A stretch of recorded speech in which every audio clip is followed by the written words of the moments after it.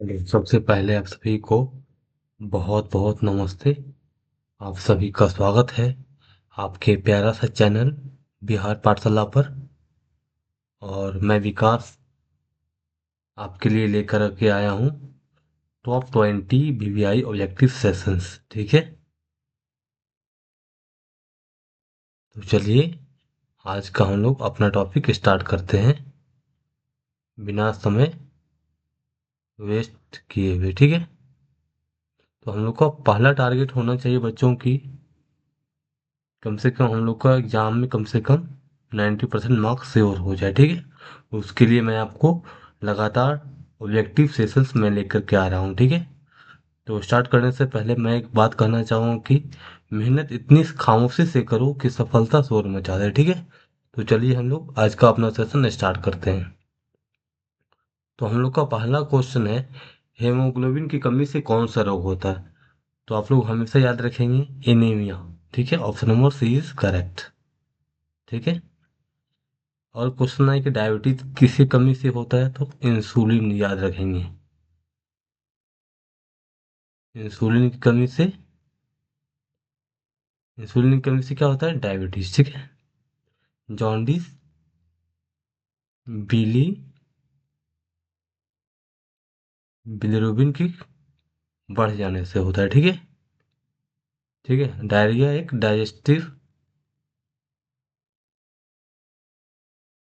Digestion problem है। ठीक है,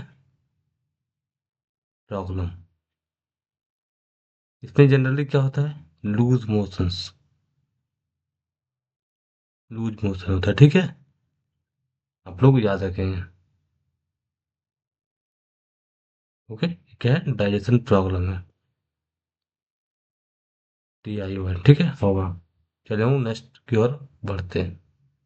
सेकंड क्वेश्चन हमारा है, हृदय पंप नियंत्रित होता है तो किसके द्वारा नियंत्रित होता है? तो आप लोग को हमेशा याद रखना है एड्रेनल ग्लैंड। ठीक है, एड्रेनल द्वारा। Option number C is correct. तो थाइमस जो है, थाइमस किससे जुड़ा है? तुमको याद रखना, इम्यूनिटी से ये जुड़ा है थाइमस, इम्यूनिटी से ये जुड़ा हुआ है। ठीक है, और थायराइड क्या करता है? थायराइड जो है मेटाबॉलिज्म से जुड़ा हुआ है, मेटाबॉलिज्म, मेटा BULIS, मेटाबॉलिज्म। ठीक है, मेटाबॉलिज्म क्या करता है? मेटाबॉलिज्म जो है बच्चों, ये भोजन को क्या करता है? ऊर्जा में क्या करता है? परिवर्तित कर देता है। ठीक है, आप लोग हमेशा याद रखना है। किडनी को आप जानते ही होंगे आप लोग, ये ब्लड को क्या करता है? फिल्टर करता है, ब्लड को फिल्टर करता है। ठीक है, चलिए हम लोग नेक्स्ट क्वेश्चन की ओर बढ़ते हैं। गाढ़ कोशिकाएं की कौन सी भित्ति मोटी होती है? तो आप लोग हमेशा याद रखेंगे इसको, इनर यानी कि भीतरी। ठीक है, चलिए हम लोग नेक्स्ट क्वेश्चन की ओर बढ़ते हैं। ऑक्सीजन का वाहक कौन है? तो आप लोग को हमेशा याद रखना है RBC यानी कि रेड ब्लड सेल्स। ठीक है, चलिए नेक्स्ट क्वेश्चन देखते हैं क्या हम लोग का। पौधों में गैसों का आदान प्रदान हो किसके द्वारा होता है? तो आप लोग को हमेशा याद रखना है रंध्र यानी कि स्टोमाटा। ठीक है, option number A is correct. Next question हमारा क्या है, मानव हृदय में कितने कक्ष होते हैं? How many chambers are present in human heart? Chambers पूछेगा, कक्ष पूछेगा तो आप लोग को ऑप्शन नंबर फोर यानी कि डी यानी कि ऑप्शन नंबर 4। ठीक है, ह्यूमन हार्ट में कितने कक्ष होते हैं? तो आप लोग हमेशा याद रखेंगे 4 होते हैं। ठीक है, four, four chambers are present in human heart. आप लोग को हमेशा ये क्वेश्चन याद रखना है, इंपॉर्टेंट है। ठीक है, नेक्स्ट क्वेश्चन की ओर हम लोग बढ़ते हैं। इनमें से किन की उपस्थिति के कारण रक्त लाल दिखाई देता है? तो आपको हमेशा याद रखना है ऑप्शन नंबर सी यानी कि हीमोग्लोबिन। ठीक है, किसके कारण पूछ रहा है? तो हीमोग्लोबिन में हम लोग टिक कर देंगे, option number C is correct. Next question की ओर हम लोग बढ़ते हैं आगे। चलिए, कोशिका झिल्ली किस प्रकार की झिल्ली है? तो आप लोग को हमेशा याद रखना है, ये क्या है? सेमी परिमेबल यानी कि अर्ध पारगम्य झिल्ली है, ठीक है। आप लोग को हमेशा याद रखना है। ये क्या होता है? एक टाइप का सेमी परिमल मेम्ब्रेन है, जो कि क्या है, सिलेक्टिवली प्रीमेबल है, यानी कि कुछ चुनिंदा अणुओं को ही अंदर बाहर जाने देता है, ठीक है। चुनिंदा अणुओं को ही मान ली, ठीक है। ओके, चलिए हम लोग नेक्स्ट क्वेश्चन की ओर बढ़ते हैं आगे। निम्नलिखित में कौन सा यंत्र का उपयोग रक्तचाप मापने में किया जाता है? Which instrument is use to measure blood pressure? BP को यूज करने में कौन सा हम लोग मशीन यूज करते हैं? तो आप लोग को हमेशा याद रखना है, स्फेगनोमैनोमीटर, ठीक है। Sphygmomanometer, option number C is correct, ठीक है। नेक्स्ट क्वेश्चन की ओर हम लोग बढ़ते हैं। लसिका का रंग क्या होता है? तो आप लोग को हमेशा याद रखना है, हल्का पीला यानी कि लाइट येलो, ठीक है। तो option number D is correct. तो चलिए हम लोग आगे की ओर बढ़ते हैं। पौधों में वायवीय भागों से जल का रंध्र द्वारा वाष्प के रूप में निष्कासन हो कहलाता है, ठीक है। तो क्या कहलाता है? वाष्पोर्जन। इसको आप लोग हमेशा याद रखेंगे। तो अंग्रेजी में क्या है? Loss of water vapour from aerial parts of plants how stomata, ठीक है। तो आप लोग को हमेशा याद रखना है ट्रांसप्रेशन यानी कि वाष्पोर्जन, ठीक है। तो option number B is correct. Next question देखिए क्या है हम लोग का। खुला परिवहन तंत्र पाया जाता है, किसमें पाया जाता है? तो आप लोग हमेशा याद रखेंगे, बटरफ्लाई में क्या पाया जाता है? खुला परिवहन, खुला परिवहन यानी कि ओपन, ओपन सर्कुलेटरी सिस्टम, ठीक है। आप लोग हमेशा इसको याद रखेंगे। बाकी बस सब में क्या पाया जाता है? तो इसमें क्लोज्ड पाया जाता है, ठीक है। क्लोज्ड सर्कुलेटरी सिस्टम, ठीक है। इसमें भी क्या है? क्लोज्ड, इसमें भी क्लोज्ड, ठीक है। तो इसका आंसर क्या आ जाएगा? Option number B is correct, ठीक है। आगे की ओर हम लोग बढ़ते हैं।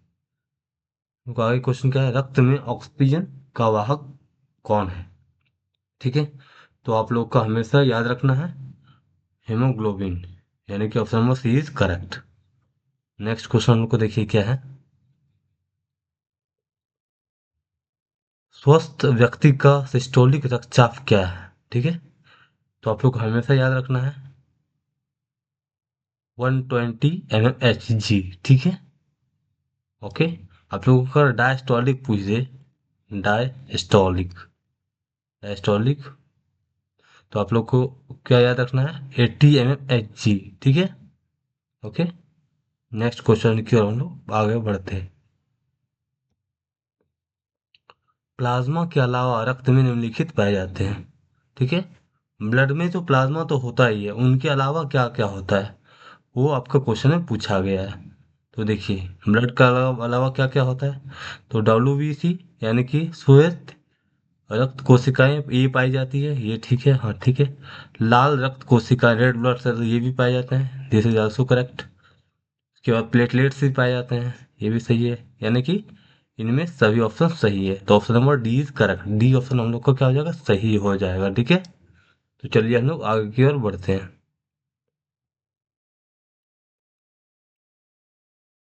दोहरा परिसंचरण नहीं पाया जाता है, तो आप लोग को हमेशा याद रखना है, फीस नहीं पाया जाता है। डबल सर्कुलर सिस्टम में क्या होता है? अब्सेंट होता है। डबल सर्कुलर सिस्टम नहीं होता है इसमें, आप लोग हमेशा याद रखेंगे। डबल सर्कुलर सिस्टम किसमें किसमें होता है?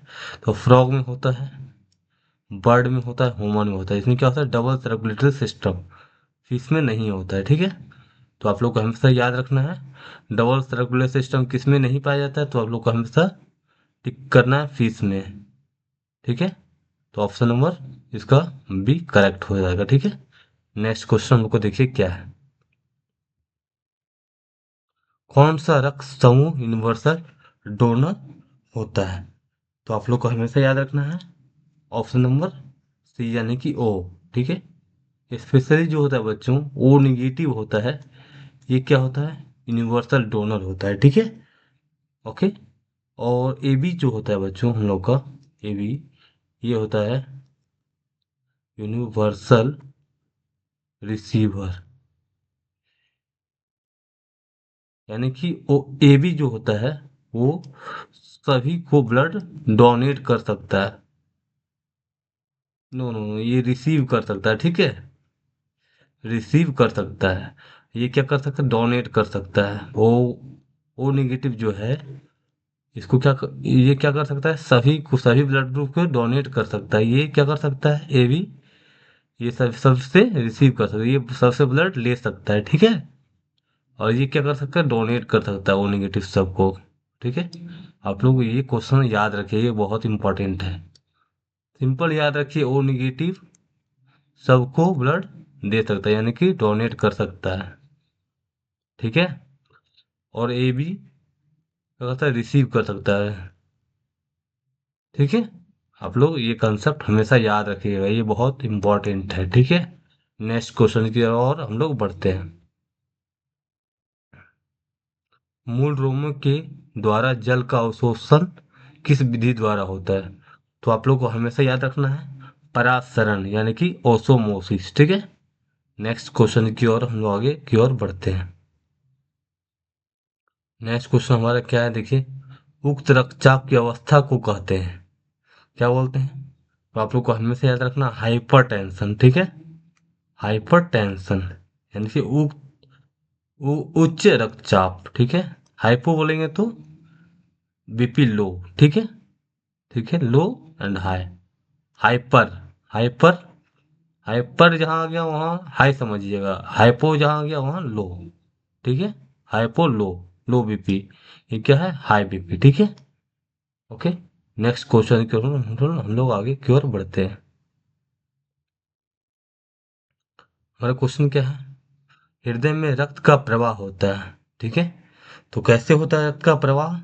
तो आप लोग को हमेशा याद रखना है, देखिए क्या क्या है। ऑप्शन में हम लोग पढ़ लेते हैं एक बार। बाएं अलिंद, अलिंद से बाएं निलय में, लेफ्ट आर्टियम टू लेफ्ट वेंट्रिकल, राइट। दाएं अलिंद के से दाएं निलय में, राइट आर्टियम टू राइट वेंट्रिकल, ये भी सही है, ठीक है। ओके। उसके बाद क्या, दाएं अलिंद से बाएं निलय में, ये हमारा गलत है, ठीक है। तो हमारा ऑप्शन क्या क्या सही होगा, ए एंड बी। तो ए बी सही दोनों हो जाएगा, तो option number D is correct, ठीक है। नेक्स्ट क्वेश्चन की ओर हम लोग आगे की ओर बढ़ते हैं। रुधिर है, रुधिर क्या है, एक प्रकार का टिश्यू है, मैंने पिछले लेक्चर में बताया था। तो कौन सा टिश्यू यहाँ पूछा गया है, तो आप लोग हमेशा याद रखना है रुधिर क्या है, ब्लड इज कनेक्टिव टिश्यू, यानी कि रुधिर क्या है, संयोजी ऊतक है, ठीक है। तो आशा करता हूँ कि आप लोग को क्वेश्चंस आते होंगे। आप लोग कमेंट करके बताएंगे कि आप लोगों को कितना क्वेश्चन पहले से आता था, और आप लोग को सेशन ये कैसा लगा, कमेंट करके जरूर बताएंगे। तो आप सभी का बहुत बहुत धन्यवाद।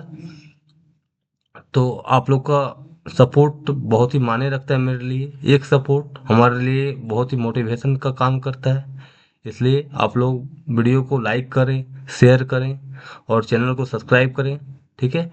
तो मिलते हैं आप